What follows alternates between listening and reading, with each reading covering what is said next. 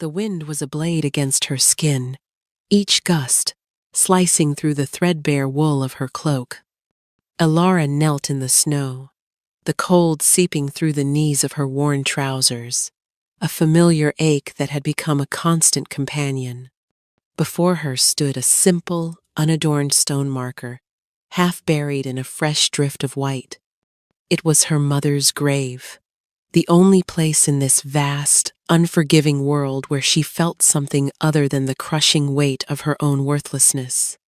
Here, there was only grief, a clean and honest pain that was a welcome respite from the shame that usually choked her. Her own wolf, a creature as pale and fragile as she was, whimpered softly in the back of her mind, its misery a mirror of her own. She traced the frozen letters of her mother's name, Lyra, with a numb fingertip. It had been a year since the sickness had taken her, a year since Alara's last shield against the pack's cruelty had crumbled to dust. Her mother had been the only one who had ever looked at her white hair and pale, pink-tinged eyes, and seen beauty instead of a curse. To everyone else in the Shadow Moon pack, she was an ill omen, a flaw in their bloodline, an albino, an omega, the lowest of the low, made even worse by the genetic quirk that left her and her wolf form stark white, a ghost in a world of rich, dark fur. A tremor ran through her, not just from the cold. It was the memory, sharp and jagged as broken glass, of her rejection ceremony. It had been on her 18th birthday, the day she was meant to find her mate, her other half. The moon goddess had indeed blessed her, or so she had thought for one fleeting, foolish moment. The bond had snapped into place with him, the pack's prized future alpha Kale. He was everything. She was not strong, confident, with a pelt as black as a moonless night. For a heartbeat, she had felt a spark of hope, a dizzying, impossible warmth. Then he had looked at her. Really looked at her. His handsome face had twisted into a mask of disgust, his lip curling back from his teeth. The words he had spoken in front of the entire pack still echoed in her soul, a phantom torment that never faded. I, Kale, future alpha of the Shadow Moon pack, reject you, Alara, as my mate and future Luna. He had boomed, his voice laced with a cruel power that had buckled her knees. I will not be saddled with a weak, cursed Omega. This pack will not be tainted by a flawed bloodline.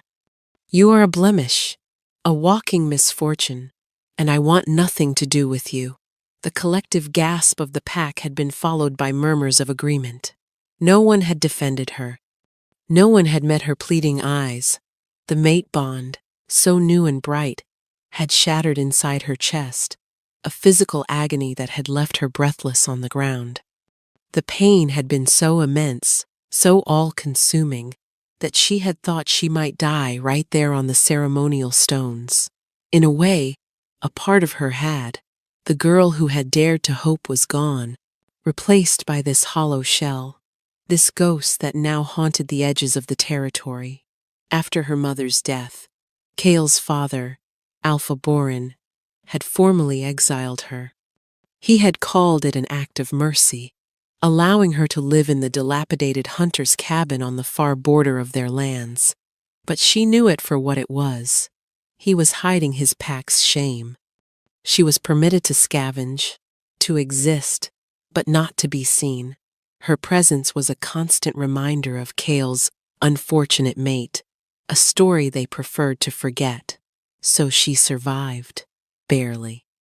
The winters were the hardest. Food was scarce, and the cabin was little more than a collection of rotting logs with a leaky roof. The cold was a living thing, a predator that stalked her relentlessly. Some days, she wondered why she bothered. The emptiness inside her was a frozen lake, vast and deep. It would be so easy to just lie down in the snow and let the cold take her, to finally be at peace, to be with her mother. I'm so tired. Mama, she whispered, her breath fogging in the frigid air. I don't know how much longer I can do this. A sudden violent sound ripped through the quiet forest, shattering the mournful peace. A snarl, deep and guttural, followed by the sharp crack of bone and a pained yelp. It was close. Too close.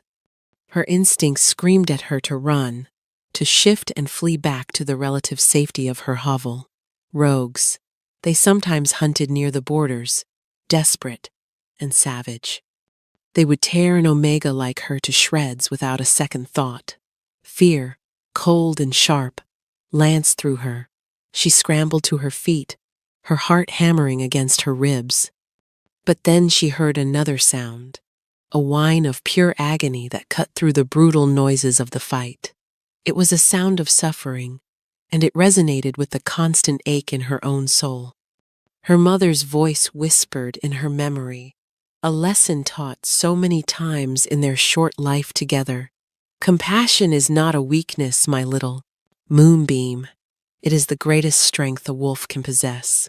Against every instinct for self-preservation, she found herself moving toward the sound.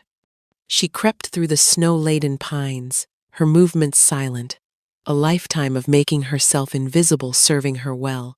Peeking through the dense branches of a fir tree, she saw the scene. 3 large, mangy rogues, their pelts matted with dirt and old blood, were circling a 4th wolf. But it was the 4th wolf that stole her breath. He was magnificent. He was enormous, larger than any wolf she had ever seen, with a build that spoke of pure, condensed power, and his fur, it was white. Not the dull, almost grayish white of her own coat, but a brilliant, pure white, like freshly fallen snow under a full moon. He was fighting with a ferocity that was terrifying to behold, but he was injured. A deep gash ran along his flank, staining his pristine fur with a shocking crimson, and his left foreleg buckled with every movement. The rogues were wearing him down, their attacks coordinated and vicious. They were using silver. She could smell the faint, acrid scent of it on the air, and she saw the dull glint of silver-dusted claws on one of the rogues. They weren't just fighting him. They were trying to kill him with poison. A cold fury, an emotion she hadn't felt in years, rose up inside her. It was a cowardly, dishonorable way to fight. Her mind screamed at her to leave. This was not her fight. Helping him would be suicide.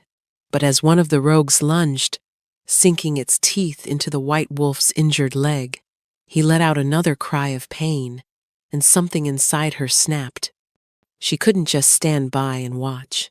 She couldn't let them do to him what her pack had done to her, destroy something beautiful simply because they could. With a silent prayer to a goddess she no longer believed in, Alara let her own shift take her. The change was quick, born of desperation.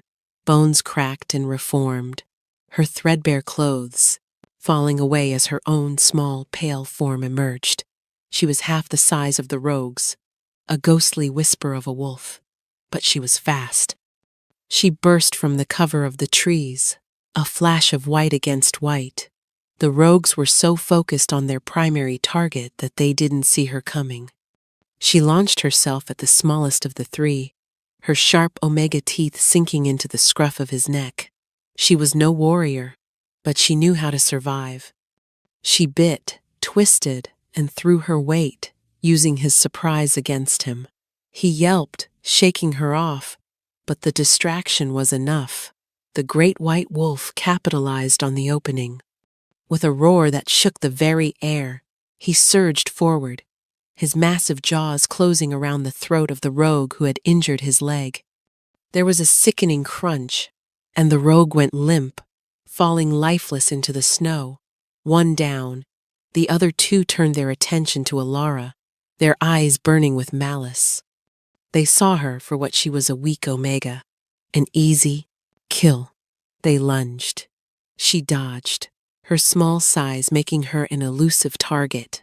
She ducked under a swipe of claws that would have disemboweled her, the acrid smell of silver making her nose burn. As she scrambled away, the white wolf, despite his injuries, threw himself in front of her, shielding her with his body. He took a deep slash across his shoulder that was meant for her, his blood splattering onto her face. A protective growl rumbled from his chest, a sound so powerful it vibrated through her paws. He was protecting her. A stranger, a magnificent, powerful wolf was shielding a worthless Omega. The thought was so staggering it almost paralyzed her, but there was no time to think. The remaining two rogues, perhaps realizing they were outmatched even with his injuries, hesitated. They exchanged a look, then turned and fled, melting back into the shadows of the forest. Silence descended, broken only by the ragged panting of the two wolves left in the snow-dusted clearing. The massive, white wolf stood for a moment, swaying on his feet, before his legs finally gave out. He collapsed onto the ground with a heavy thud, his breath coming in shallow, painful gasps. Alara rushed to his side, her brief surge of adrenaline fading, leaving her trembling. The gash on his flank was deep, and the wounds from the silver-laced claws were beginning to fester, the flesh around them turning a sickly gray. He was dying. She could smell the poison working its way through his system. She had to do something. The cabin. It was nearby. It wasn't much, but it was shelter, and she had a small store of herbs her mother had taught her to use. She nudged his great head with her nose. His eyes, a startling, intelligent silver, fluttered open and focused on her.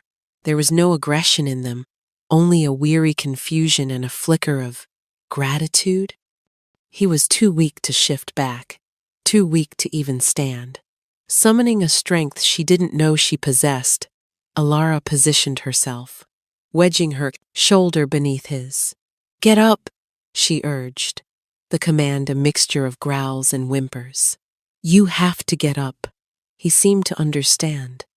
With a low groan of effort, he pushed with his uninjured legs, leaning his immense weight against her. She staggered, her own small frame groaning under the strain, but she held firm. Together, they stumbled through the snow, a slow, agonizing journey. He was a dead weight, and more than once, she thought they would both fall and freeze right there. But the image of his silver eyes, of the way he had protected her, spurred her on. It felt like an eternity before they reached the dilapidated cabin. The door hung crookedly on one hinge, and the wind whistled through the gaps in the chinking, but it was out of the biting wind. With one final, desperate heave, she managed to get him inside before she collapsed beside him on the dirt floor, her lungs burning, her muscles screaming in protest. She didn't rest for long. Shifting back to her human form, ignoring the biting cold on her bare skin, she quickly donned the spare set of clothes she kept tucked in a corner. They were as patched and worn as the ones she'd ruined, but they were dry. Her hands worked with a frantic urgency. She stoked the embers in the small stone fireplace, coaxing a tiny, pathetic flame to life. It offered little warmth, but it was enough to heat a small pot of snow for water. She went to him, kneeling by his massive form. He was shivering, his breaths growing more shallow. The poison was taking hold.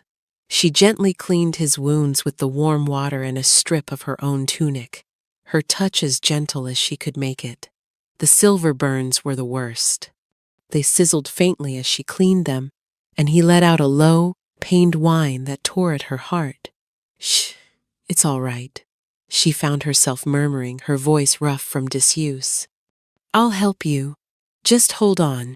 She rummaged through her small collection of dried herbs, her mother's legacy. She found what she was looking for, a small pouch of ground moon petal and wraith root.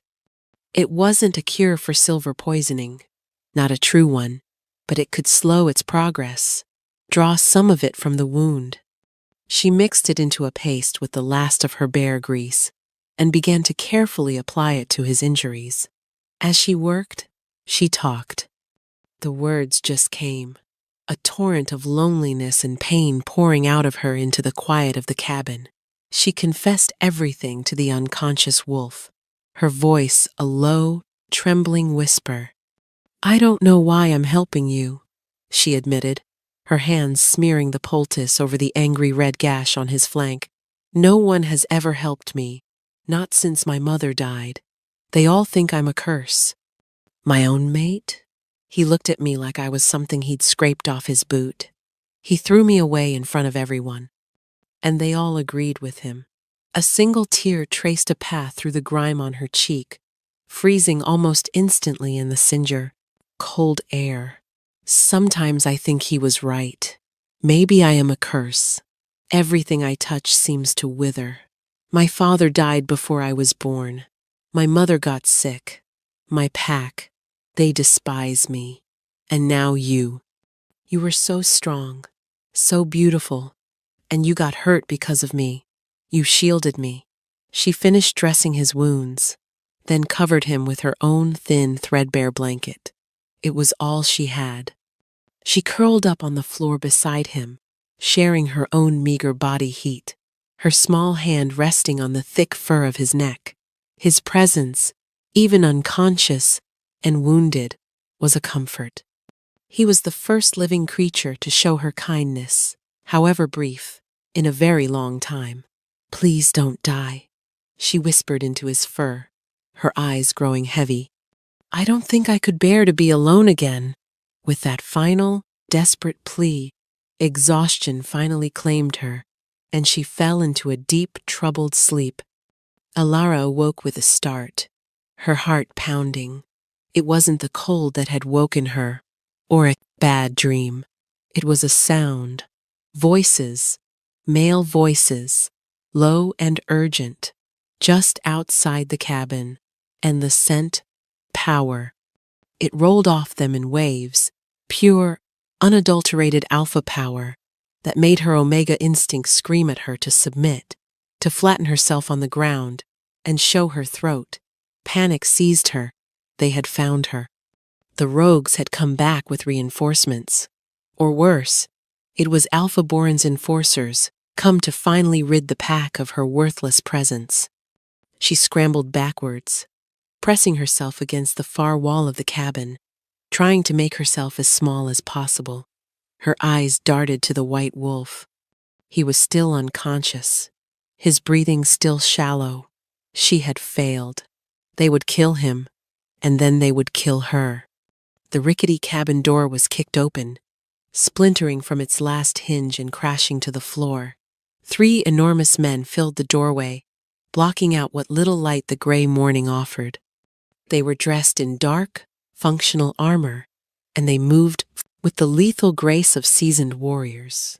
The man in the center, his face set in a grim, granite-like mask, scanned the tiny hovel.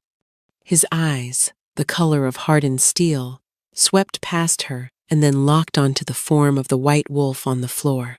A collective sigh of relief, sharp and profound, passed between the men. "He's alive," the leader breathed, his voice a deep baritone that rumbled with authority. He took a step inside, his gaze finally landing on her. He stared at her, huddled and terrified against the wall, and his eyes narrowed in confusion and suspicion. "Who are you?" he demanded. Before Alara could force her paralyzed tongue to work, a groan came from the floor. The great white wolf stirred. His massive head lifted, and those startling silver eyes blinked open. He looked at the warriors in the doorway, then his gaze found her. He held it for a long moment, an unreadable expression on his face. Then, the impossible happened. A shimmering aura of energy enveloped him, and the air in the tiny cabin grew thick with power, crackling like lightning. His form began to shift and change, not with the violent cracking of a normal shift, but with a smooth, fluid grace that defied belief. The pure white fur receded, bones elongated and reformed, and where the magnificent wolf had been, a man now lay. He was naked, his body a canvas of lean, powerful muscle, littered with the wounds she had tended, but it was his face that held her captive. It was a face carved from royalty, with a strong jaw, high cheekbones, and a cascade of hair as brilliantly white as his wolf's fur. He pushed himself into a sitting position, his movements stiff with pain, and the silver eyes that met hers were the same piercing, intelligent, and radiating an authority that dwarfed that of the warriors in the doorway. It dwarfed the authority of any alpha she had ever known. The three warriors immediately dropped to one knee, their heads bowed in absolute reverence. "Your Majesty," the leader said, his voice thick with emotion, "we feared the worst." "Your Majesty," the words echoed in the stunned silence of Alara's mind. "King, this was no ordinary wolf. This was Theron, the Alpha King, ruler of all the packs in the Northern Territories, a figure of myth and legend, who was said to be as powerful as a storm and as old as the mountains. And she had found him bleeding to death in the snow. King Theron's gaze never left her. "We were ambushed," he said, his voice a calm, deep river of power that flowed over her, soothing the frantic terror in her heart. "Assassins. They used silvered weapons. I managed to kill them, but the poison, it was potent. I would have died out there if not for her." He nodded his head toward Alara, who was still frozen against the wall, unable to process what was happening. The lead warrior, who she now assumed was his beta or commander, looked at her again, his expression shifting from suspicion to shock and dawning respect. "This? Omega?" he asked, his disbelief evident. "She fought off 3 rogues who came to finish the job," Theron continued, his voice unwavering. "She brought me here. She tended my wounds.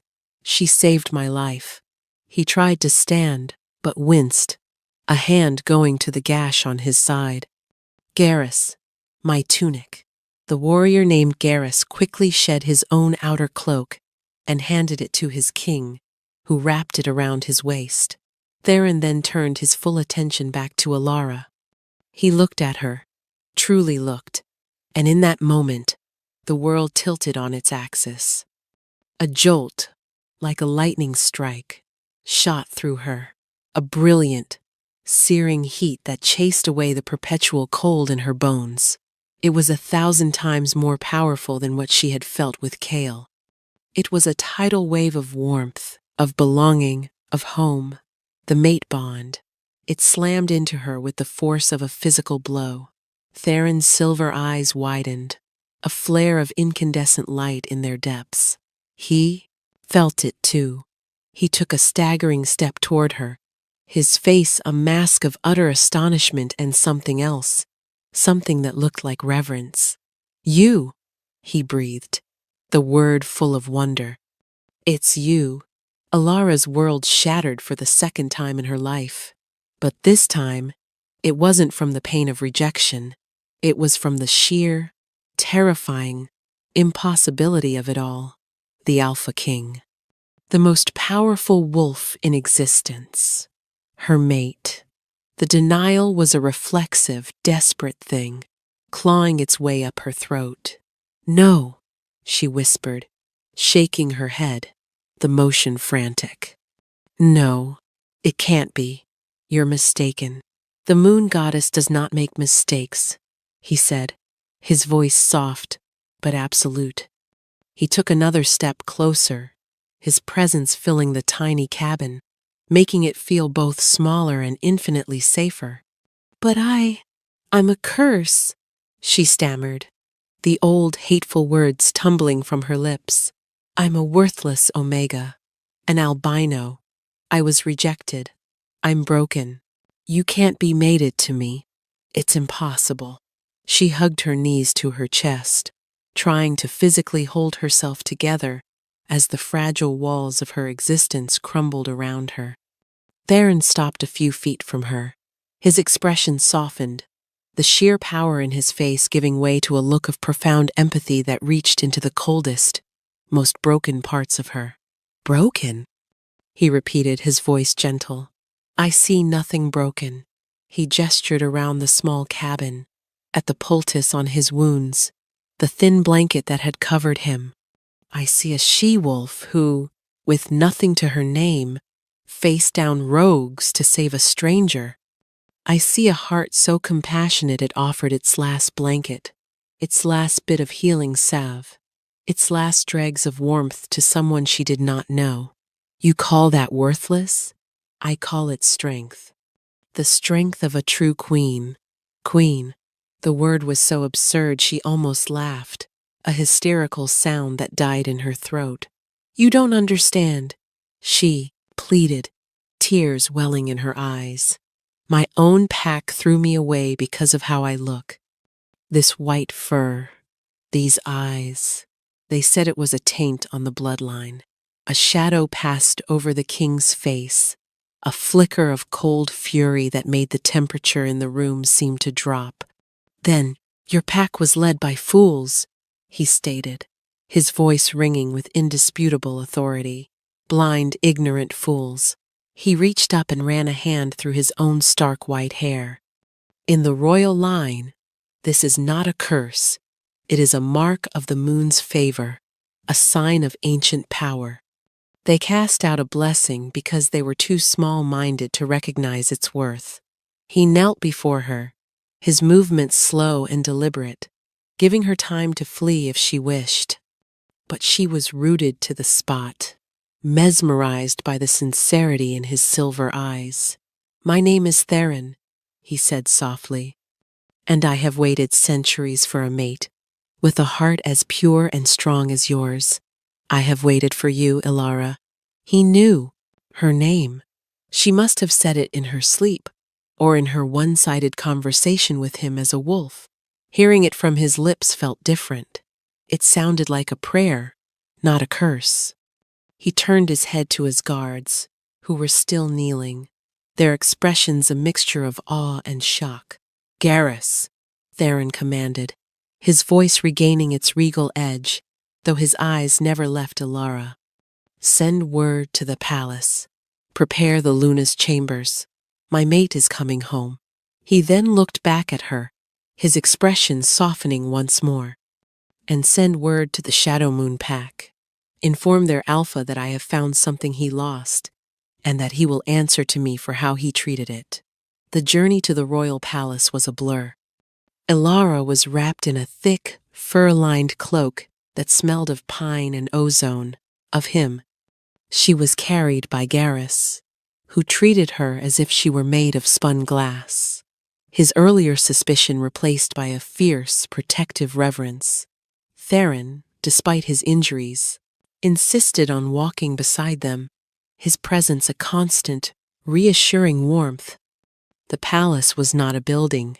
It was a fortress carved into the heart of a mountain, a breathtaking structure of white stone and gleaming silver that seemed to touch the clouds.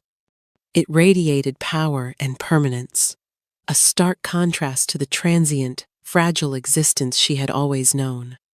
She was led through vast halls with soaring ceilings, past tapestries depicting legendary battles and stern-faced royal ancestors.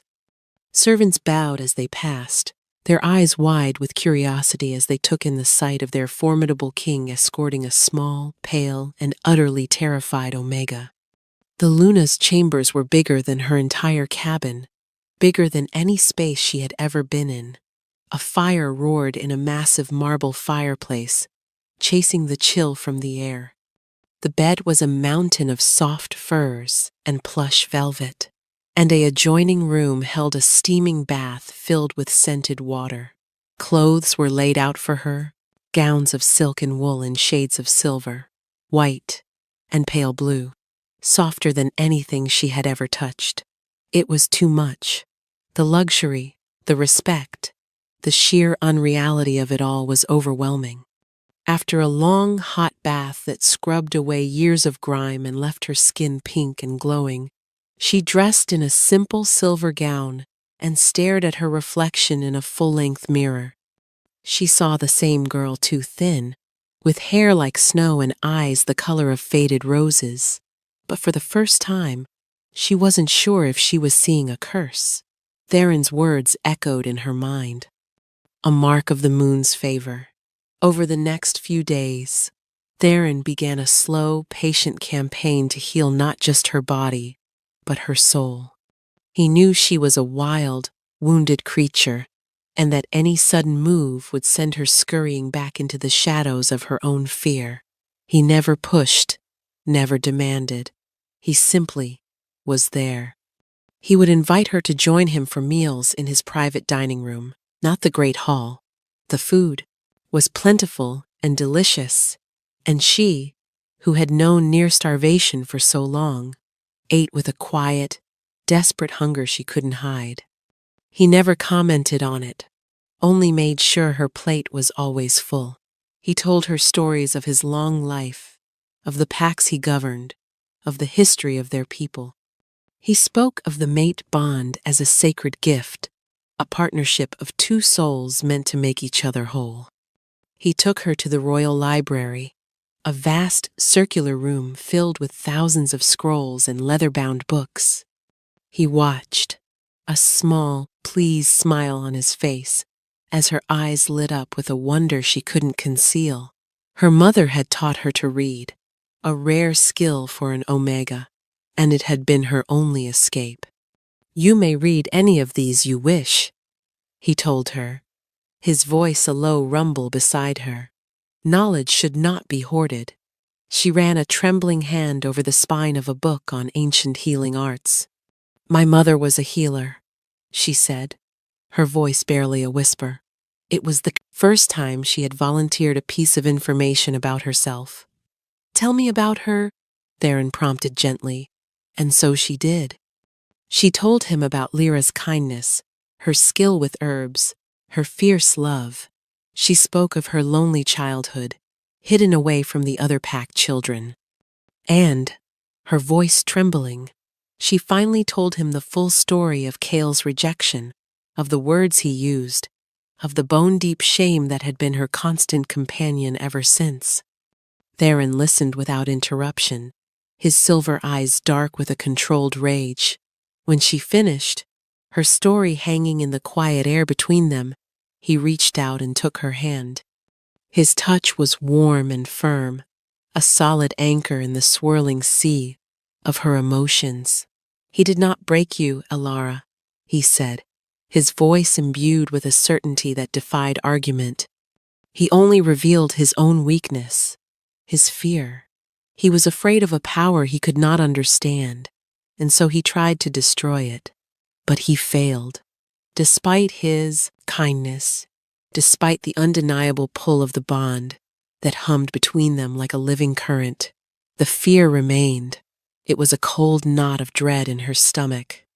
This felt like a dream, a beautiful, impossible fantasy from which she would inevitably wake.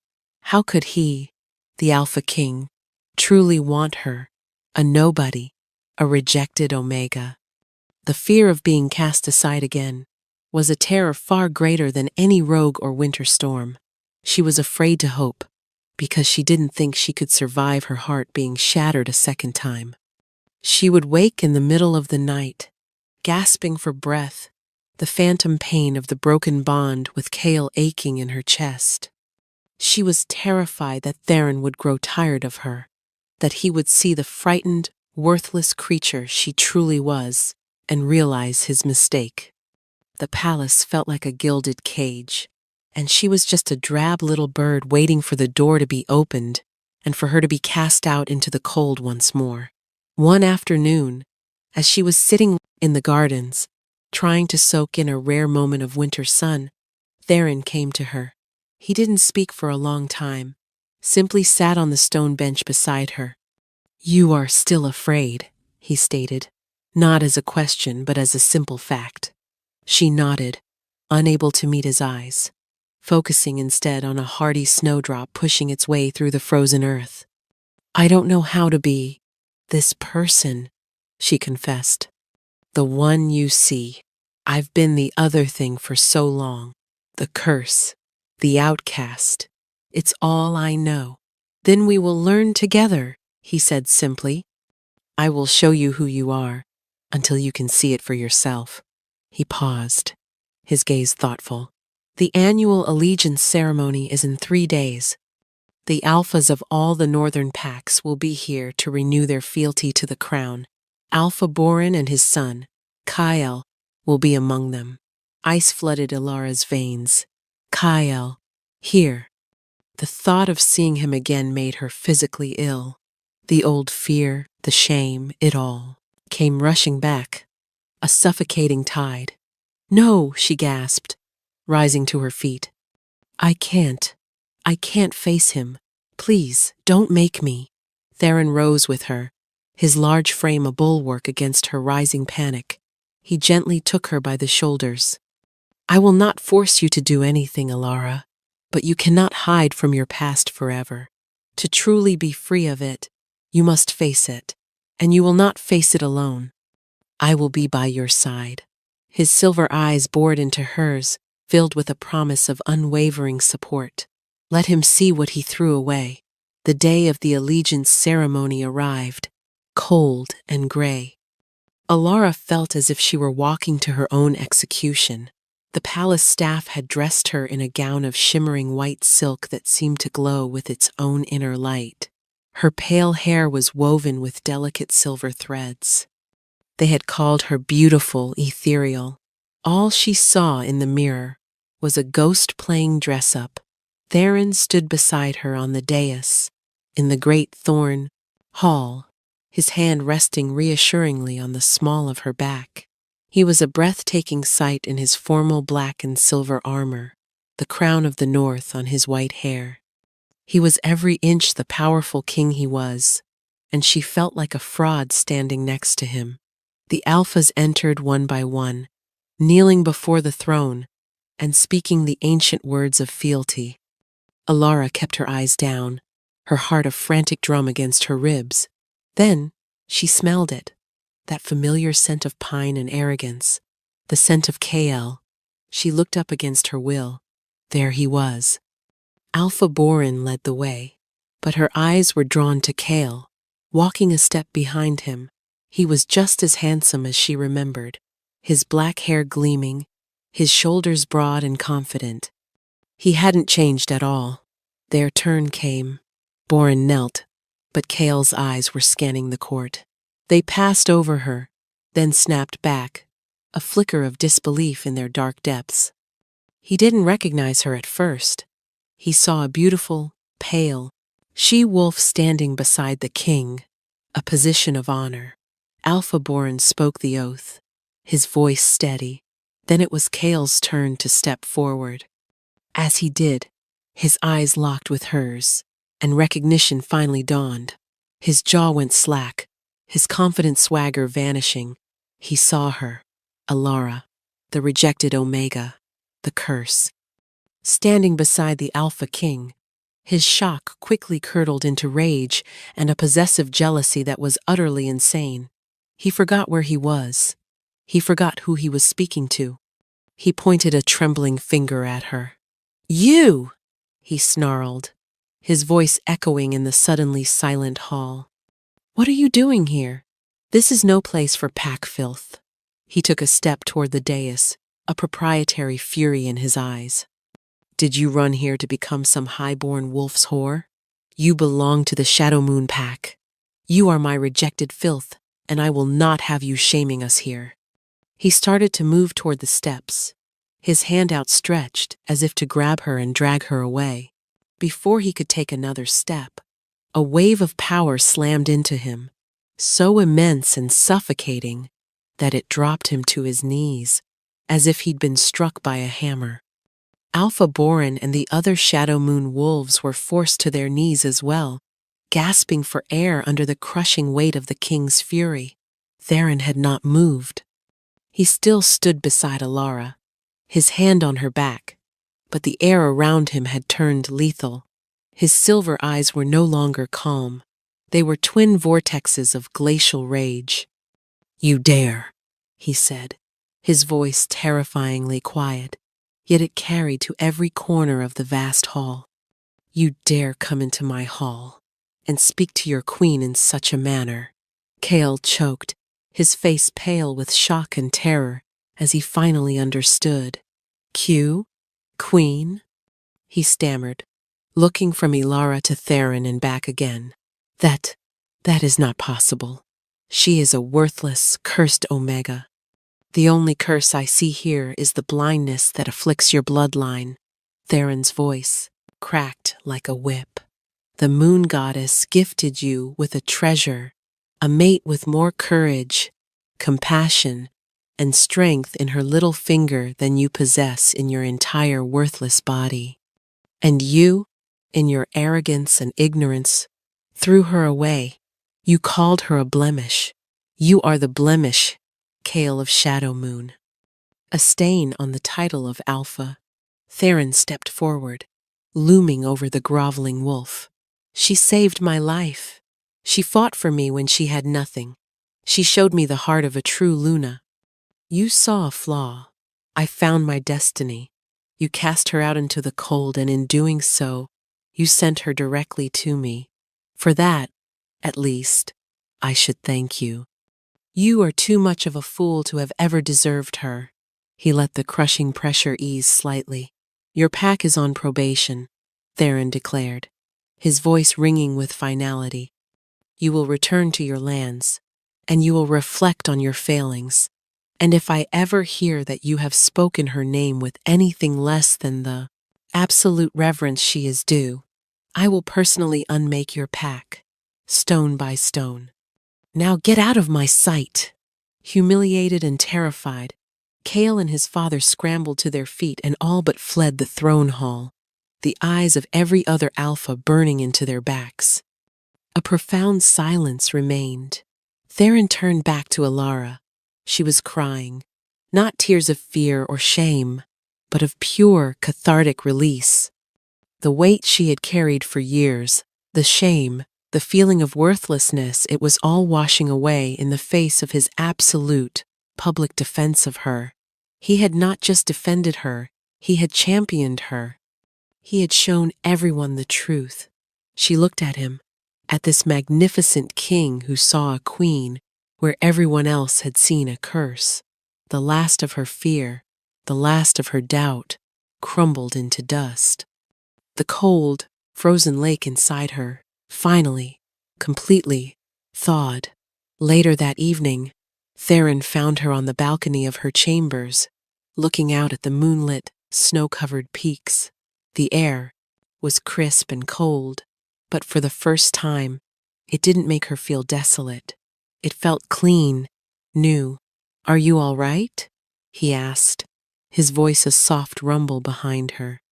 She turned to face him, a real smile, perhaps the first of her adult life, touching her lips. "I am more than all right," she said, her voice clear and steady. The trembling, frightened Omega was gone. In her place stood a woman who was finally beginning to understand her own worth. "He can't hurt me anymore," she said, the realization settling deep in her bones. "His words, they're just noise now. You broke his power over me." "I broke nothing," Theron corrected gently, stepping closer until he was only a breath away. "I only held up a mirror to show you the strength that was always there." She looked up into his silver eyes, seeing her own reflection there. She saw not a curse, but a survivor.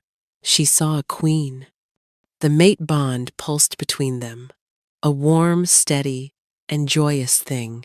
All her hesitation was gone, replaced by a certainty that was as deep and solid as the mountain itself. "I accept the bond, Theron," she said, her voice ringing with conviction. "I choose you, willingly, with all my heart." A look of profound relief and joy washed over his regal features. He cupped her face in his large, warm hands, his thumbs gently stroking her cheeks. "And I choose you, Ilara," he whispered, his voice thick with an emotion he had held in check for centuries. "My moonbeam, my queen, my home." He lowered his head and kissed her. It was not a kiss of passion, not yet. but one of promise. It was a kiss of healing, of acceptance, of two broken halves finally becoming whole. It tasted of safety and starlight, of winter yielding to spring. It was the feeling of coming home after a lifetime lost in the cold. Sparks of pure magic seemed to dance on her skin, and the bond between them flared, sealing itself into something eternal and unbreakable. Their formal mating ceremony was held a month later, under the light of a full moon. Alara stood beside her king, her mate, not as a trembling outcast, but as his equal.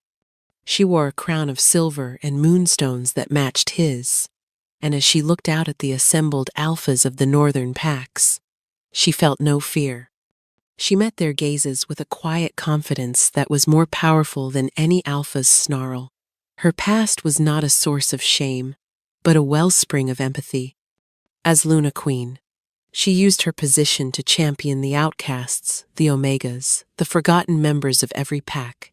She established sanctuaries for those who had been abused or rejected, ensuring that no one would suffer the loneliness and despair that she had.